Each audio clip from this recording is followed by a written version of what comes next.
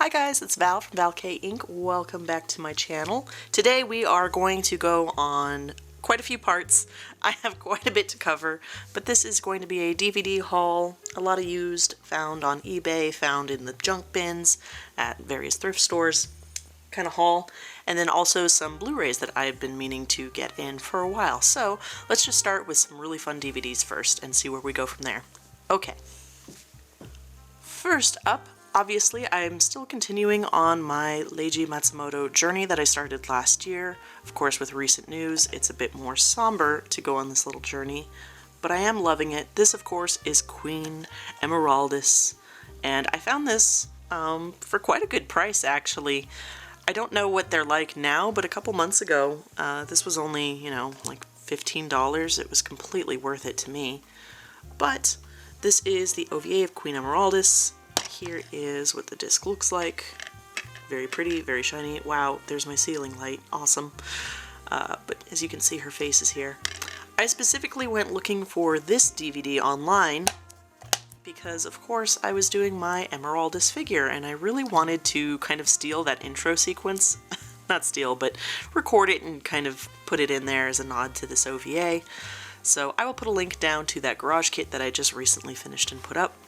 But yeah, because I needed that clip, of course I watched this a couple of times already. The animation in this is wonderful. This is such a fun, quick little summary story of Emeraldus, especially after all of Harlock, which I still need to collect. But great OVA. I do really hope we get a Blu-ray version of this. This DVD is fine. It's a little fuzzy and kind of has the interlacing problem where things look a little choppy. A cleaned up version of this would be amazing for Blu-ray. Speaking of our man Harlock, this is Harlock Space Pirate. This is is it CG and acting? It's a lot of CG in this from the bit I've seen, but yeah, this actually showed up nearly the same day the news broke about Leiji Matsumoto, so yeah, rest in peace, Master. But yeah, this came in about the same time. I bid on this randomly, and I got it for $1. I don't know if that says anything to, how people feel about this film, or maybe back at the time I was bidding on it, people weren't as, in a hurry to collect Legiverse stuff. I just wanted this because I don't have any Harlock stuff, and I really need to start collecting it. I have the oddity stuff like Gun Frontier and whatever, but I really need to collect Harlock stuff. I'm just hoping we get Blu-ray versions. That's what I'm waiting on. Next up, boy, if you think the Legiverse is over, of course not, because I picked up all of Cosmo Warrior Zero a couple months ago. So these are the old Anime Works DVDs. Yes, Anime Works DVDs. I just wanted this. I thought, man, I haven't seen Cosmo Warrior Zero in forever, so I just wanted to pick them up. I found these for like $16, although now they're much more pricey to hunt them all down online. But here is what they look like if you are looking for these. I just love the way these look. I really do. Sorry, I was just kind of looking at this cover. Here, of course, is the disc art. I love when old DVDs have all the episodes right here. I love an episode list with my releases, new or old. It helps me just keep track. I tend to watch like 3 or 4 episodes a night and then move on. Here is the third one. I think this is another series that could benefit from a Blu-ray. I wouldn't be surprised if we do get a Blu-ray of this from Discotek, considering, they put out Submarine Super 99. This feels right in the same vein. And of course, this very awesome cover for the last volume, Journey's End. That's just so wicked cool. I love the way that looks. Here we go. And then we have this Emeraldus outfit. Fantastic. So yeah, that is all 4 of those. I just really randomly wanted them, found them, I didn't even think twice. I didn't even look around for a better price. I know there's a complete collection, but I don't know if that's available. I just didn't see any of them out there. Let me know in the comments if you guys know an easier way to collect these, but I have them, so I'm okay with this set for now.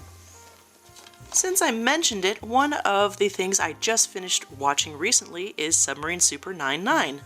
I bought this a while ago, back when it first came out. I was so excited for this one because I just wanted it.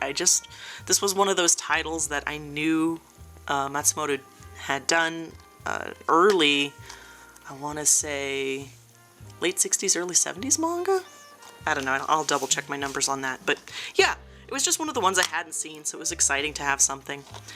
Fascinating little series. It's definitely a submarine drama series, which means there's only so much you can do with submarines. It's a lot of underwater battle, and then it's a lot of strategy, and it's a lot of going back to refuel and rethink your strategy. So it's a very simple story, but it's so grounded in Earth, and then by the end, it's so bonkers. It was the ending that really kind of got me. I was like, oh man, I love this for the way it kind of led into the rest of his career. So, this was super interesting. Is it the best Leiji Matsumoto thing? No. Is it charming? Absolutely. Boy, you really have to be, I guess, okay with a slower pace. Let me just say that. There are moments in it that just are bonkers, which I really like. You know, you expect, oh, that person's gonna betray the evil overlord, and no, that doesn't happen. Or, oh, that person is totally loyal, and then they do something that's so out of pocket. Like, it's an interesting series. Like, it kept my attention more than I thought it would. I was really worried I wasn't gonna like it. But I did. This was great, in its own way. Every time I was watching this, though, I kept thinking, man, the music in this, which is good, by the way, the music in this, the lighting that they use, so much of it reminds me of something else. Why can't I put my finger on what this reminds me of? What it reminded me of was Silent Service, which I don't know how many people talk about Silent Service. This is another kind of bonkers movie. This is based on a manga, and this is about a nuclear submarine that goes rogue. It's called the Seabat. And here's the disc. There's not really that much to mention about it. This is a very Cold War political drama movie, so, you know, think about that. If you want something that's more like an adventure and underwater craziness, go for this. If you want something more in the realm of like Cold War politics, go for this. I was only scrubbing through this really quickly to compare like visually and how it sounded. Yeah, it actually makes me wonder if they kind of reference Silent Service a bit in this one, or if it's just there's only so much you can do with submarines, and it's just my brain kind of equating the two. That wouldn't surprise me if that were the case. But, yeah, I was going through this, and I had the dub on. I do not like this dub. If you're gonna watch this, put it up to Japanese, because I find the dub kind of irritating. I don't know if it's because, to be fair, some of them are trying very hard, but a lot of them are kind of phoning it in, and some of them have these accents that just, where did you get that, buddy? I don't know what's going on. Yeah, Silent Service. I mean, it's fine. It has its moments. I need to sit down and watch it properly and not like this kind of fuzzy remembrance I have on it. But yeah, just for some reason I was like, yeah, Submarine Night. I got both of these. But yeah, I enjoyed Submarine Super 99 more. So, just thoughts on that. And since I have so much to go through, let's finish up with one more and then go to the next part. This is You're Under Arrest, the motion picture. And you can tell that this was an eBay buy because it says To Patty on the top. And I believe this is, Junji Nishimura's signature. Hold on, let me just pop this out and get a good view of it. It was so funny, the listing like didn't know the signature and didn't even mention it. I was like, is this signed by Nishimura? They were like, I don't know, I don't even know who Patty is.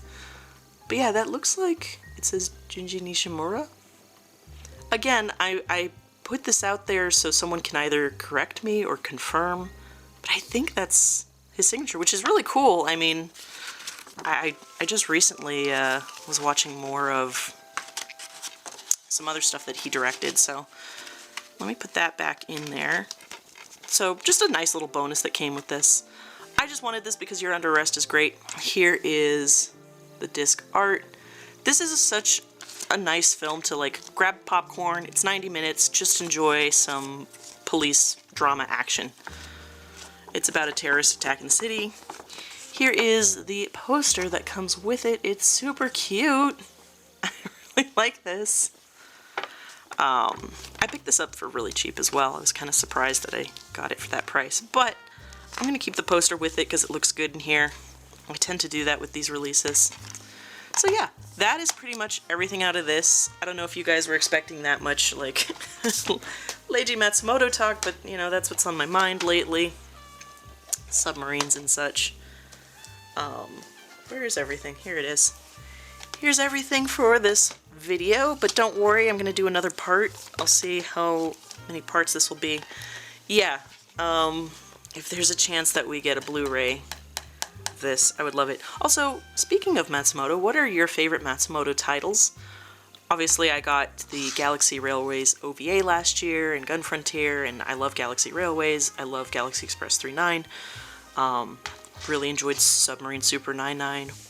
I just feel like talking about him because I love his work so much.